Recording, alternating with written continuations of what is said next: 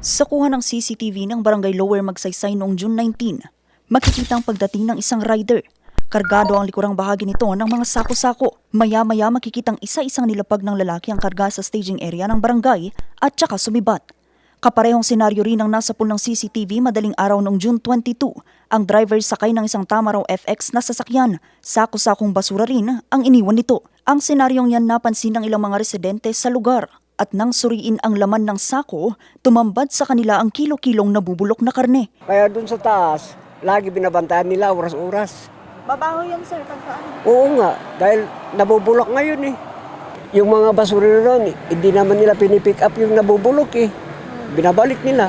Yung babantay namin dito, yung si Kaawad, babantay namin ng basura. Yung basura doon, balik namin ng basura.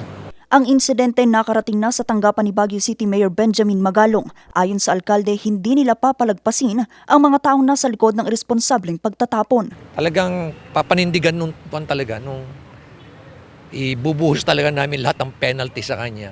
Environmental law, ordinance, lahat na ibubuhos namin sa walang disiplina ng tao na yun.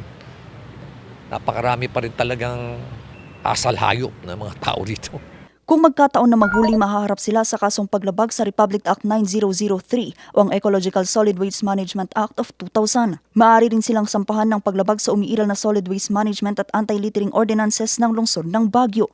Sinubukan naman ng news team na kunan ng panig ang Barangay Lower Magsaysay ukol sa insidente pero hindi nila kami pinaunlakan.